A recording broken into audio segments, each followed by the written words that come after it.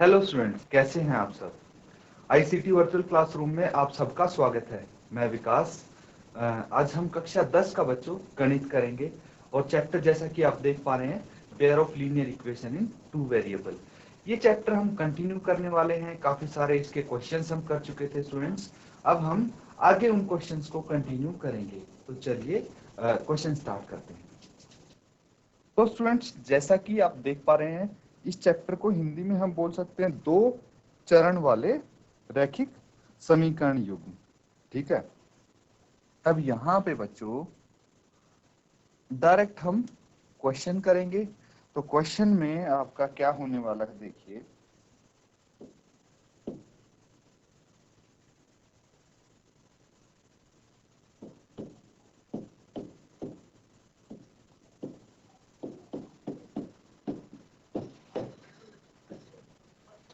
निम्न रैखिक समीकरणों के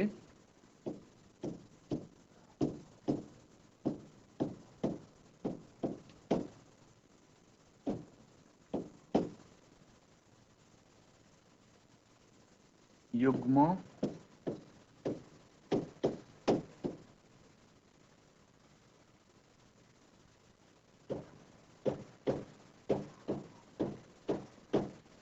में से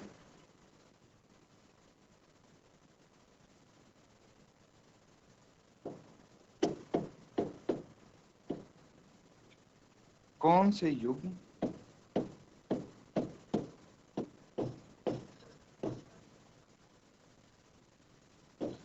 संगत, असंगत हैं।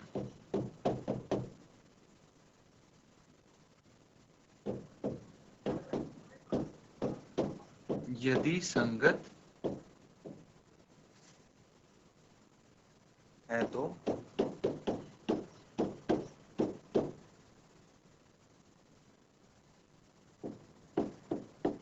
ग्राफीय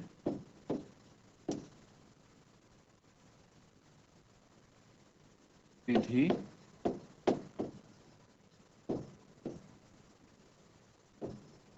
से हल ज्ञात कीजिए।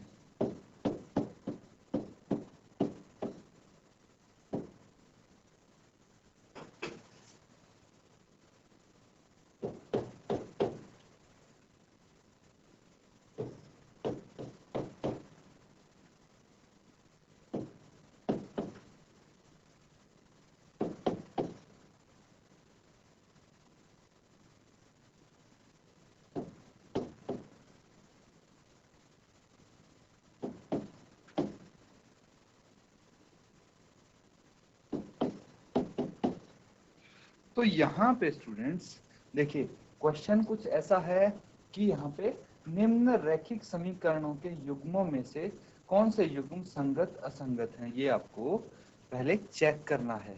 तो प्रीवियस क्वेश्चन, इससे पहले वाला क्वेश्चन भी तो कुछ ऐसे ही था कि आपने चेक किया था कि भाई ये जो आपके सामने युग्म दिया है, समीकरण युग्म, ये संगत है या असंगत है। तो कैसे पता लगता है कि ये संगत है या असंगत है। संगत को इंग्लिश में हम बोलते हैं बच्चों कंसिस्टेंट, असंगत को इनकंसिस्टेंट। तो कंसिस्टेंट किस केस में होगा और इनकंसिस्टेंट किस केस में होगा, ये चीज हमने डिटेल में डिस्कस की थी स्टूडेंट्स। ठीक है। तो बच्चों, अब उसी तरह से आपको चेक करना है कौन सा कंसिस्टेंट है, कौन सा इनकंसिस्टेंट है। और उसके बाद अगर तो कंसिस्टेंट है तो ग्राफीय विधि से हल ज्ञात करने हैं। तो ग्राफीय विधि से हल ज्ञात करना तो आपने जब इस एक्सरसाइज में शुरुआत के क्वेश्चन किए थे, उन्हीं में आपने सीख लिया था। तो बच्चों, ये दोनों चीज आप कर चुके हैं। इन दोनों को कंबाइन करके एक क्वेश्चन बना दिया गया है, जो कि आप अब इजीली सॉल्व कर पाएंगे। तो जल्दी से बच्चों इसको हल कीजिए और बताइए कि क्या ये संगत है या फिर असंगत है, किस तरह से हम इसको कर सकते हैं सॉल्व।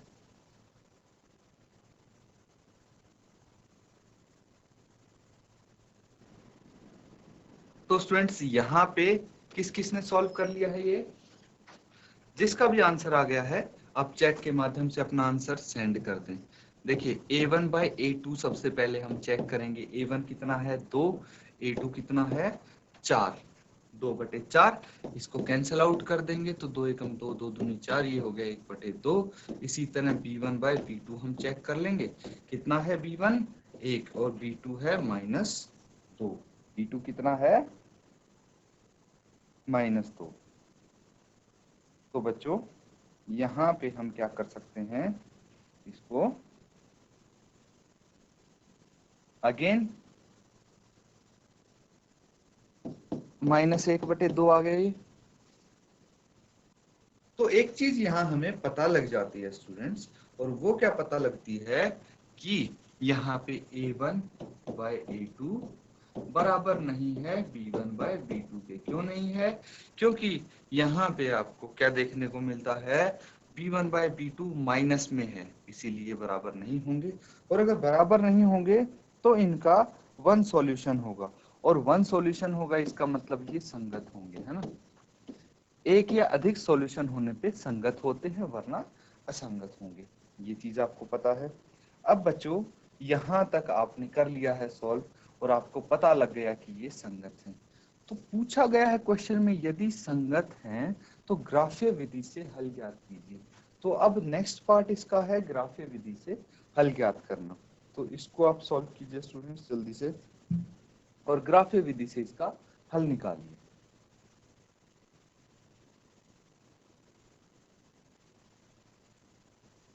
तो स्टूडेंट्स इसको हम ग्राफीय विधि से हल करके देखेंगे। तो देखिए जो इसका पहला समीकरण है वो क्या है, 2x plus y minus 6 is equal to 0, यही है। तो इसकी हेल्प से हम क्या करेंगे, हम वैल्यूज इसकी निकाल सकते हैं। जैसे कि देखिए 2x को मैंने यहाँ पे रख लिया लेफ्ट हैंड साइड, और 6 को और y को उधर भेज दिया, तो दोनों के साइन चेंज हो जाएंगे, और x यहाँ पे क्या आ जाएगा 6 माइनस वाई बाय 2। ये x की वैल्यू आ गई। अब यहाँ पे हम क्या करेंगे, इस x की वैल्यू से हम कोऑर्डिनेट्स निकाल सकते हैं इसके। तो एक काम करते हैं, हम देखते हैं कि y की वैल्यू अगर 0 रखते हैं, y को 0 रखते हैं तो x कितना आता है। देखिए x is equal to 6 minus 0 by 2, ये हो जाएगा 6 बाय 2, और ये हो जाएगा 3 आ जाएगा। इसी तरह हम एक चीज और कर सकते हैं, अगर y को 2 रखें तो x कितना आ जाएगा। यहाँ पे put y is equal to 0, y को 0 रख दिया। अब यहाँ पे put y is equal to 2, यहाँ पे y को 2 रखा तो कितना आ जाएगा 6 माइनस 2 बाई 2, ये आ जाएगा 4 बाई 2, और इसको कैंसिल आउट करेंगे तो ये आ जाएगा 2। तो y को 2 रखा तो x भी 2 आ जाएगा। ये क्लियर है स्टूडेंट्स। तो इस तरह से हमने x और y की वैल्यूज यहाँ पे निकाल दी। अब दूसरा समीकरण जो है उससे भी हम सेम चीज करेंगे। तो बच्चों इसको देखिए, नोट डाउन कर लीजिए। समीकरण दूसरा जो है वो क्या है आपके सामने, 4x minus 2y minus 4 is equal to 0। तो इस केस में हम 4x को लेफ्ट हैंड साइड रखेंगे 4, और प्लस 2y को दूसरी तरफ लेके जाएंगे। फिर x कितना आ जाएगा 4 प्लस 2y बाय 4। ठीक है। तो अब इसकी मदद से हम इसको सॉल्व करेंगे। तो इसको मैं इरेज कर देता हूं। अब देखिए यहाँ पे हम क्या कर सकते हैं, x और y की वैल्यूज निकालते हैं, x और y। तो देखिए x की वैल्यू आ जाएगी, अगर हम y को 0 रखें सबसे पहले तो x कितना आ जाएगा, x 1 आ जाएगा। सॉल्व करके देखिए जैसे पिछले पार्ट में किया था। इसी तरह अगर y की वैल्यू हम 2 रखते हैं तो x कितना आ जाएगा, x भी यहाँ पे 2 आ जाएगा। ठीक है। तो अब हमें x और y की वैल्यूज दोनों समीकरण में मिल गई है ना। इसको नोट डाउन कर लीजिए। अब हम डायरेक्ट ग्राफ बनाएंगे। ठीक है, इसके बाद ग्राफ बनाएंगे सीधा।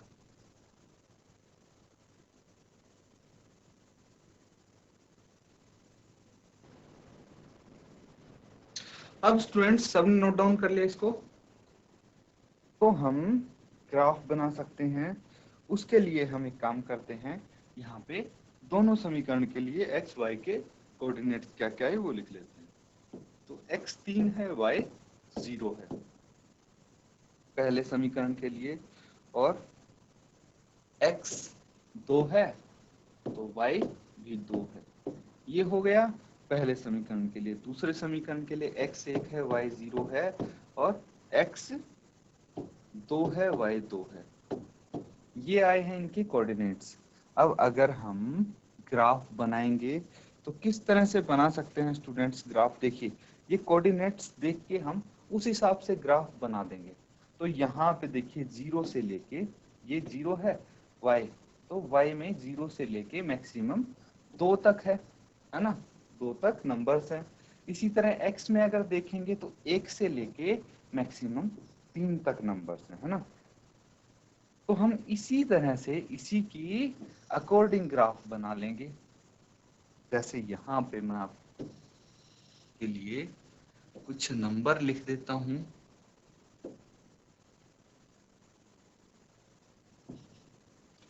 तो ये चीज हमें पता लग गई है कि भाई 1, 2 और 3 तक होने हैं इसमें।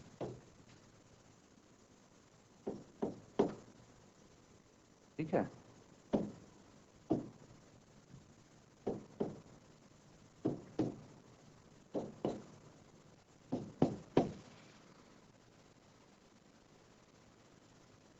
इसी तरह हम यहाँ पे 1, 2, 3 तक कर सकते हैं नंबर्स। अब देखिए ग्राफ बनाना है तो हम कोऑर्डिनेट्स की हेल्प से बनाएंगे। तो सबसे पहला जो आपके सामने समीकरण है उसके देखिए पहले पॉइंट्स क्या हैं, 3 और 0। मतलब x 3 है, y 0 है, एक पॉइंट तो यहाँ पे बन जाएगा आपका, है ना। एक पॉइंट यहाँ पे बन सकता है कितना, 3x है, y 0 है। और दूसरा पॉइंट 2, 2, मतलब x भी 2 है और y भी 2 है, दोनों कहीं यहाँ पे मिलेंगे। तो ये हो जाएगा 2, 2, इसको आप बोल सकते हैं 2, 2। तो पहला समीकरण देखिए कुछ इस तरह से ही बन रहा है, और इसको हम मिला देंगे। जो ये लाइन है, इन दोनों पॉइंट्स को हम मिला देंगे, एक लाइन बन जाएगी।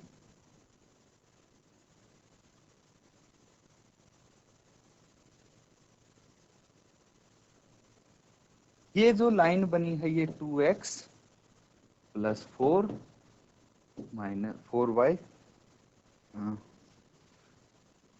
2x + y - 2x + y - 6 = 0, यही लाइन है। अब इसी तरह से जो दूसरी समीकरण के हमें पॉइंट्स दिए गए हैं उनको हम लिखते हैं। तो क्या लिख सकते हैं, देखिए 1 और 0 है, मतलब x 1 है, y 0 है, तो एक पॉइंट तो यहाँ पे हो गया 1 और 0। तो यहाँ पे लिख सकते हैं 1, 0। अब देखिए दूसरा पॉइंट आपका क्या है, यहाँ पे 2 और 2, दूसरा पॉइंट यहीं पे बनेगा 2 और 2, और इन दोनों को हम मिला सकते हैं। जब इन दोनों को मिलाएंगे तो ये कुछ इस तरह से लाइन बनेगी। तो ये हो जाती है 4x - 2y - 4 = 0, इस समीकरण की लाइन। तो ये आप लाइन देख पा रहे हैं।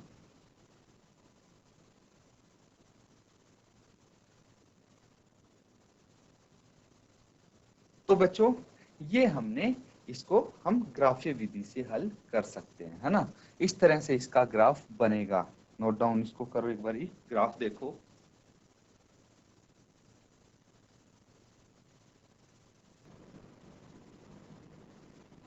तो सबने बना लिया ग्राफ।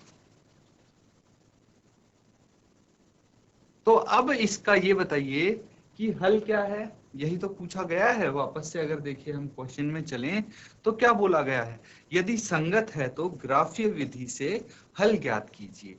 तो ग्राफ्य विधि से हमें हल ही तो ज्ञात करना है। भाई ये पता लग गया कि इसका यूनिक सॉल्यूशन है, वन सॉल्यूशन है, अद्वितीय हल है, ठीक है। तो उस तरह से हमें क्या पता लगता है कि जो ये दो रेखाएं हैं, दो लाइन है, किस पॉइंट पे मिल रही हैं? ये मिल रही हैं बच्चों जहां पे कोऑर्डिनेट x कितना है, x की वैल्यू 2 है और y की वैल्यू भी 2 है। x का मान भी 2 है, y का मान भी 2 है, इसलिए ये हल भी अद्वितीय होंगे, यूनिक सॉल्यूशन होगा, है ना।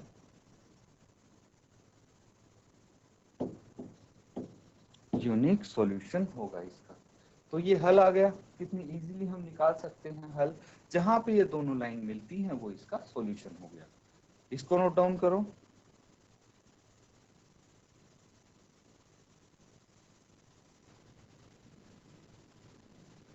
तो स्टूडेंट्स एक क्वेश्चन और करेंगे हम।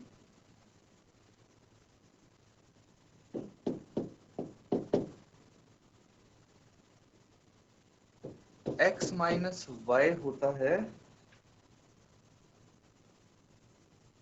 8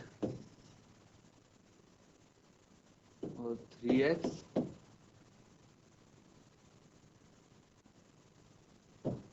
माइनस 3y ये होता है 16। तो सेम चीज करनी है, पहले इसमें से चेक करना है ये संगत है या असंगत है, और अगर संगत है तो आपको आगे हल करना है स्टूडेंट्स।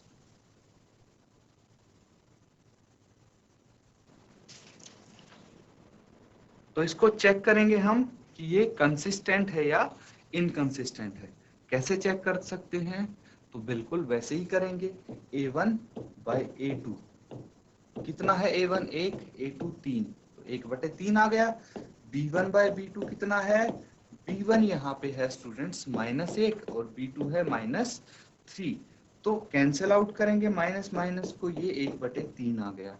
अब C1 बाय C2 चेक करेंगे, C1 बाय C2 कितना है, 8 है C1 और 16 है C2, इनको कैंसिल आउट कर देंगे, 8 एकम 8, 8 दूनी 16, तो ये आ जाएगा 1/2।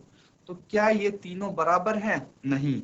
यहाँ पे हम ये बोल सकते हैं कि भाई A1 बाय A2 इक्वल है B1 बाय B2 के, लेकिन ये इक्वल नहीं है C1 बाय C2 के। ये चीज समझ में आ गई?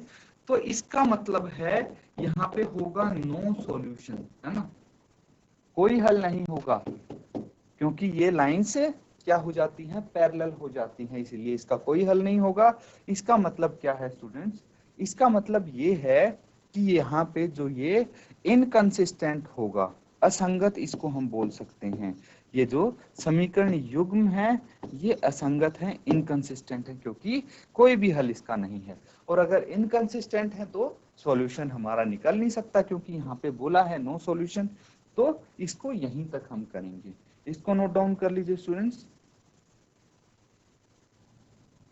तो स्टूडेंट्स अभी हमने कुछ क्वेश्चंस किए हैं इससे रिलेटेड चैप्टर से, और यहाँ पे एक चीज हमने देखी है कि संगत हो या असंगत हो, ये दो चीज हैं।